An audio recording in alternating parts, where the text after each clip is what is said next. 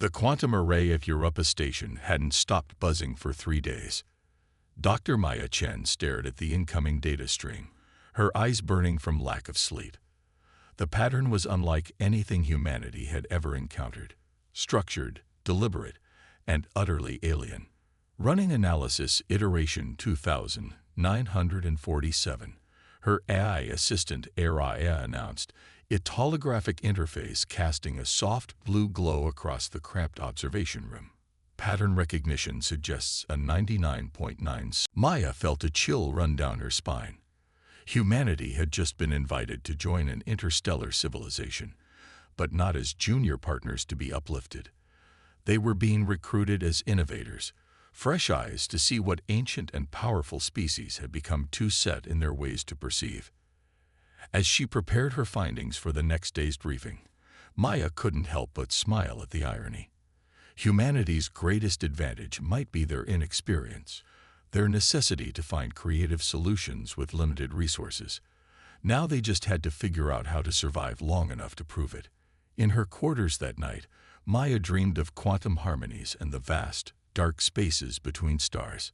Somewhere out there, an ancient enemy was approaching, and humanity's unique perspective might be the key to stopping it. They just had to learn several million years of alien technology first, and fast. The next morning, as she watched ships from every nation on Earth arriving at Europa Station, Maya realized that humanity had already passed their first test. Within days of receiving the signal, the nations of Earth had set aside their differences and united in purpose. If they could surprise themselves with their adaptability, perhaps they could surprise the galaxy too. Captain Sarah Reeves stood in the observation deck of the Ganymede shipyards, watching construction drones swarm around humanity's first true stealth warship. The vessel's hull seemed to drink in light, its experimental metamaterial coating making it look more like a hole in space than a military vessel. The Concordia engineers still think we're crazy, her XO, Commander David Kumar, remarked as he joined her at the window. They keep insisting that stealth in space is impossible. Sarah smiled, remembering the aliens' reaction when they'd proposed Project Nightshade. The Concordia's warfare had evolved around energy weapons and shields, making their ships increasingly bright and visible. The concept of hiding in space had become alien to them. That's because they forgot about the basics, Sarah replied.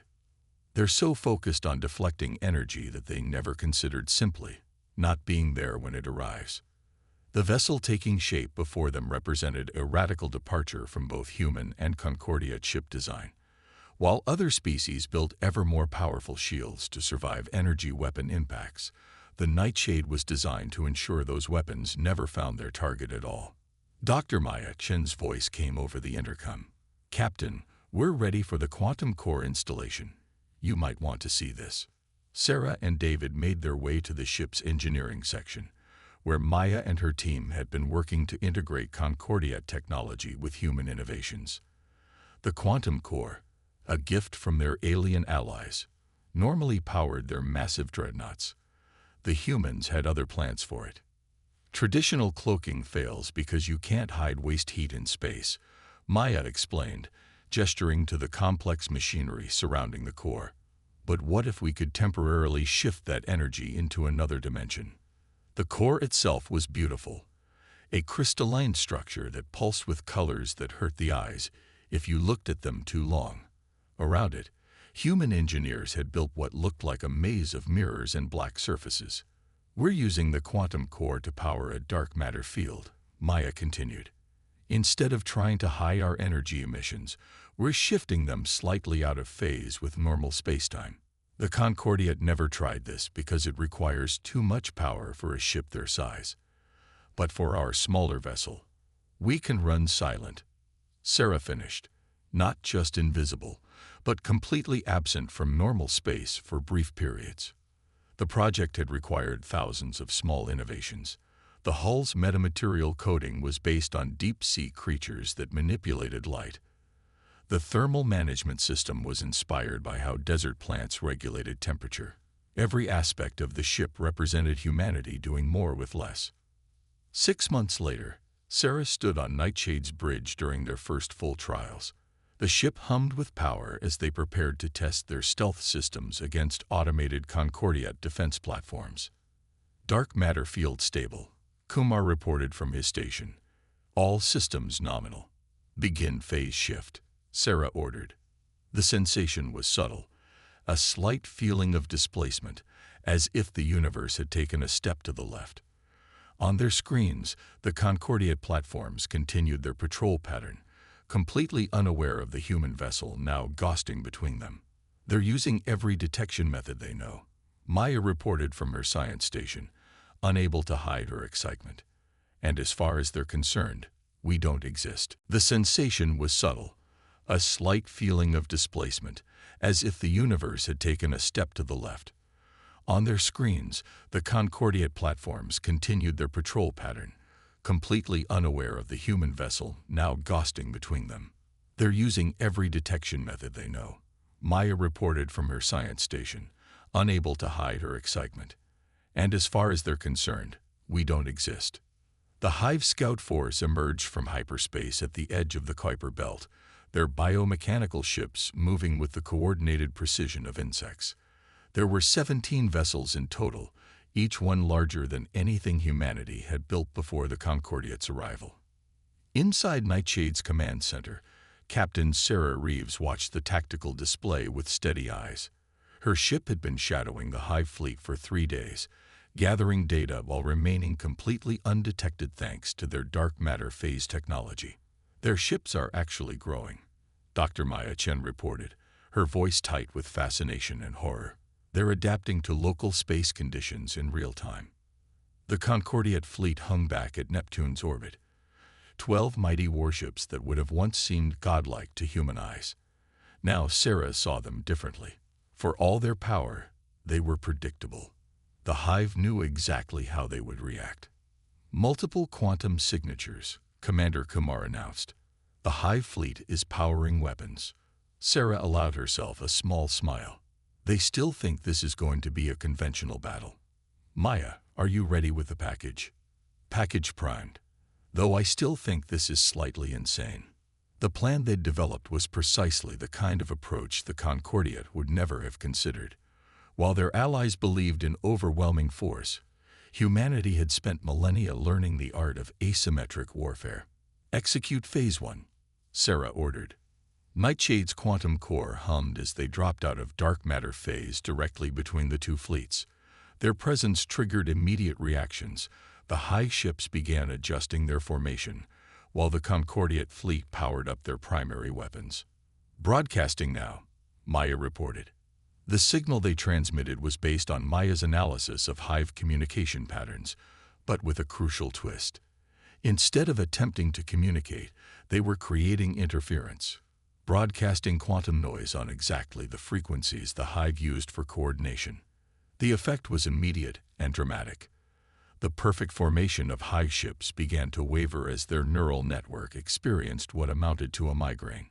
Some vessels started moving erratically, their biological components struggling to compensate for the loss of central coordination. Phase 2, Sarah commanded. Launch the seeds. Nightshade's launch tubes ejected dozens of small objects, modified probes containing a mixture of Earth bacteria and engineered viruses. The Concordia had dismissed biological warfare as primitive, but they'd forgotten a crucial detail. The Hive ships were partly organic. Hive vessels are attempting to adapt, Kumar reported. Their outer hulls are generating new protective layers. As expected, Sarah nodded. Maya? Dr. Chen's fingers flew across her console, activating secondary infection protocols. The seeds they launched weren't meant to destroy the Hive ships directly. Instead, they carried something far more insidious. Bacteria that would alter the ship's biological components in subtle ways, making them slightly more independent from the Hive mind. Multiple energy signatures from the Hive fleet, Kumar warned. They're trying to target us. Execute Phase 3. Nightshade phased out just as multiple energy beams converged on their position. The ship reappeared seconds later behind a Hive formation. As they'd predicted, the disruption to the hive mind had made their targeting less precise, their coordination fractured. The Concordiate fleet, following the battle plan Sarah had shared with them, chose that moment to attack. Their massive energy weapons struck hive vessels that were now operating at reduced efficiency, their normal adaptive capabilities hampered by both the quantum interference and the subtle biological warfare already beginning to take effect. 3 hive ships showing signs of autonomous behavior, Maya reported with excitement. The bacterial infection is working faster than we predicted. Their biological components are developing independent neural patterns. Sarah watched as the mighty hive fleet began to fall apart. Ships that should have moved in perfect coordination now acted individually, some even seeming to conflict with each other. The Concordiate's energy weapons, previously less effective against the hive's adaptive defenses, now found vulnerable targets. "Captain," Maya's voice was urgent. "I'm detecting a massive quantum surge from the largest hive vessel. I think they're trying to send a message back to the main fleet. Can we block it?" "No, but..." "Wait." Maya's eyes widened. "They're not just sending tactical data. The infected ships, their growing independence is being transmitted as well. The bacterial infection is spreading through their quantum network." Sarah felt a fierce pride in her crew and in humanity's approach to the problem. The Concordiate had tried to fight the hive with pure force for centuries. Humanity had taken one look at the problem and asked, why fight them when you can change them? The battle ended not with the destruction of the hive fleet, but with something far more interesting. 3 of the ships, their biological components now operating independently, actually turned on their former companions.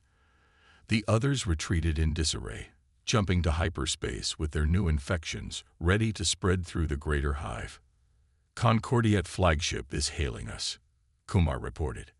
The alien commander's liquid metal form seemed agitated, its usually smooth surface rippling with emotion. "Your strategy. It was not merely about winning this battle, was it?" "No," Sarah confirmed. "The hive's greatest strength is their unity. So we didn't try to destroy them. We gave them free will instead. Every ship that escaped today will spread that gift through their network." As Nightshade's crew began assessing the aftermath of their first major engagement, Sarah couldn't help but think about the irony. Humanity, one of the youngest spacefaring races, had just demonstrated that sometimes the most effective weapon wasn't a bigger gun, it was an idea. The main hive fleet arrived with the inexorable force of a tsunami. Thousands of biomechanical vessels filled the space beyond Pluto's orbit, their merged consciousness radiating such powerful quantum signals that even civilian sensors could detect them. Aboard Nightshade, Maya Chen stared at the readings with a mix of awe and determination. "They've adapted to our previous tactics," she reported. "The biological components of their ships have been completely restructured. Our original infection strains won't work anymore." "But they still rely on quantum communication," Sarah Reeves replied, studying the tactical display where hundreds of human and Concordiate ships held formation around Neptune. In the 2 months since their first engagement with the Scout Force, humanity had built 6 more stealth ships based on Nightshade's design. "Not many, but perhaps enough." "All ships report ready," Commander Kumar announced. "The Concordiate fleet is in position." Sarah took a deep breath. Everything hinged on timing now. Execute Operation Babel. Across the solar system, human quantum transmitters activated simultaneously. These weren't the sophisticated communication devices gifted by the Concordiate. They were crude, powerful, and purposefully uncoordinated. Each broadcaster generated random quantum noise on different frequencies, creating a chaotic backdrop that made the hive's usual perfect coordination more difficult. "Hive fleet is adjusting," Kumar reported. "They're switching to secondary communication channels." "As expected," Sarah nodded. "Maya." Dr. Chen's fingers danced across her console. "Initiating Phase 2. The 7 human stealth ships, scattered throughout the defensive formation, activated their dark matter fields simultaneously. But instead of using them to hide, they did something the Concordia had thought impossible. They projected the fields outward, creating zones where quantum signals behaved unpredictably. The effect on the Hive fleet was immediate. Ships that relied on perfect coordination suddenly found their signals delayed, distorted, or lost entirely. The massive fleet's movement became erratic, like a creature suffering muscle spasms. Concordia ships are engaging, Kumar announced. The alien allies' energy weapons lanced out at the disrupted Hive formation, but the Hive hadn't survived for millennia by being predictable. Even as their front ranks fell into disarray, the rear vessels began rapid adaptation. New biological structures grew across their hulls, creating redundant neural networks that could operate independently of the hive mind. "They're evolving faster than we anticipated," Maya warned. "The quantum disruption won't hold them for long." Sarah watched as the hive's adaptation began to overcome their disruption tactics, but that had been expected too. You couldn't beat the hive by doing the same thing twice. You had to keep changing the rules of engagement. "Execute Phase 3, she ordered. "All stealth ships, initiate the resonance cascade." The 7 human vessels began a carefully choreographed dance. Their dark matter fields, previously used to disrupt communications, now pulsed in a complex pattern. The quantum background noise they'd been broadcasting shifted frequency, aligning with these pulses. "Energy buildup in the Hive ships," Kumar reported urgently. "They're preparing tow." He was cut off as space itself seemed to shudder. The careful calculations of Maya's team had predicted this. The combination of dark matter fields and quantum interference had created a cascade effect in the Hive's neural network. Their constant adaptation, usually their greatest strength, had been turned against them. Where the Hive ships had been growing new neural structures to combat the disruption, they now found these same structures becoming a liability. The resonance cascade triggered a feedback loop in their quantum communications, forcing them to adapt faster and faster until their biological components couldn't keep up. Multiple Hive vessels experiencing critical failures, Maya reported, her voice tight with excitement. "The cascade is working better than we." New quantum signature detected. Kumar's warning cut through the bridge. Massive power readings from the center of their fleet. On the tactical display, the largest Hive vessel, easily the size of a small moon, was transforming. Its entire structure seemed to be collapsing inward, concentrating into a single point of unimaginable energy. "They're going to initiate a quantum surge," Maya realized, her face pale. "If that goes off this close to Sol." Sarah understood immediately. The Hive, faced with defeat, was preparing to take the entire solar system with them. The quantum surge would ripple through space-time itself, potentially destabilizing the sun. "Can we stop it?" Maya's fingers flew across her console. "Not from here. The surge is building inside their quantum core. The only way to prevent it would be to—" She paused, her eyes widening. "To introduce an opposing resonance pattern directly into their core chamber." Sarah looked at her tactical display, at the massive Hive vessel now glowing with building energy, at her small ship that could phase through solid matter. "One chance. Plot me a course directly through their quantum core," she ordered. "And Maya, I hope your calculations are perfect." The next few minutes would determine not just the fate of humanity, but of the entire solar system. Nightshade powered up its dark matter field one last time, preparing for perhaps the most daring maneuver in human military history. Nightshade phased through the outer layers of the massive Hive vessel like a ghost passing through walls. The ship's sensors painted an otherworldly picture of the vessel's interior, vast chambers of living tissue interwoven with crystalline technology, all pulsing with building energy. "Core chamber ahead," Kumar reported, his voice steady despite the tension. "Energy levels are approaching critical." Sarah kept her hands loose on the controls as they navigated through the alien architecture. Their dark matter field was the only thing preventing the Hive vessel's internal defenses from detecting them, but it also meant they couldn't interact with anything, yet. "Maya, talk to me about timing." Dr. Chen's voice was tight with concentration. The quantum surge is building in waves. We'll have a fraction of a second between pulses to initiate our counter-resonance. Miss that window. She didn't need to finish. They'd all seen the simulations of what a quantum surge would do to a star system. Entering core chamber now, Kumar announced. The space around them opened into a vast spherical chamber. At its center, suspended in a web of living circuitry, hung a crystalline structure that defied usual physics. It seemed to exist in multiple dimensions at once, its edges bleeding into possibilities. That's their quantum core, Maya confirmed. The surge is building from its center. Sarah positioned Nightshade directly above the core. Everything hinged on precise timing now. They needed to phase back into normal space, initiate their counter-resonance, and phase out again before the hive's defenses could react. Wait, Maya suddenly called out. I'm detecting something different in the core's quantum signature. It's not just building energy. There's information being processed, massive amounts of it. Sarah felt a chill. The Hive Queen. She's in there, isn't she? Yes, Maya confirmed. The quantum core isn't just a weapon. It's a consciousness. The Queen is using it to direct the entire fleet's evolution. This changed everything. Their original plan might stop the quantum surge, but it would leave the real problem unsolved. The Queen would simply try again, perhaps somewhere else. Maya, Sarah asked, remember how you said their quantum communications weren't just signals, but carried emotional content too? Yes, but Maya's eyes widened as she grasped Sarah's meaning. You want to try to communicate with her? Now? Not exactly, Sarah smiled. I want to show her something. Kumar, prepare to drop our phase field on my mark.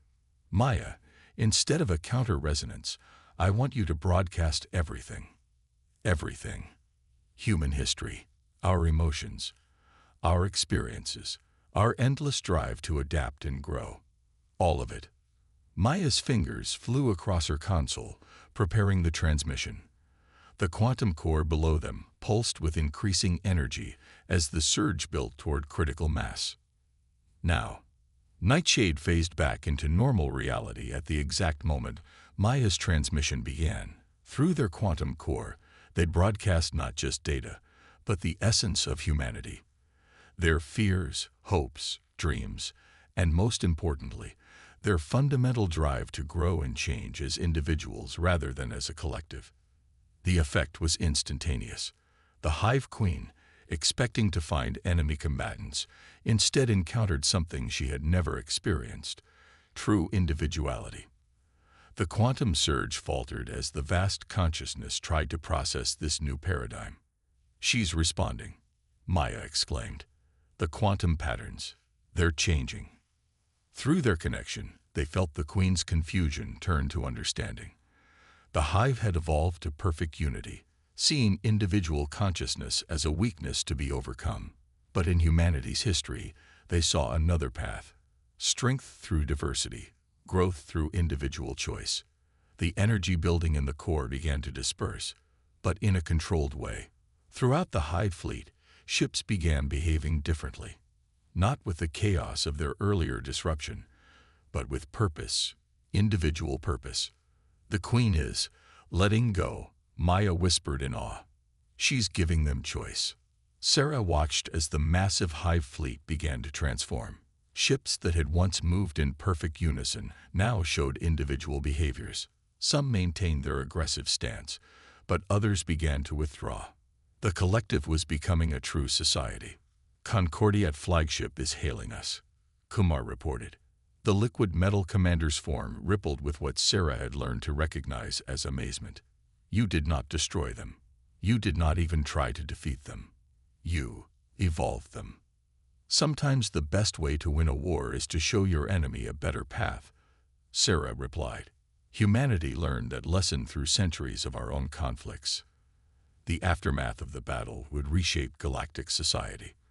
The Hive, no longer a mindless collective, became a federation of independent worlds, each ship and colony free to choose its own path while maintaining the benefits of their advanced biotechnology.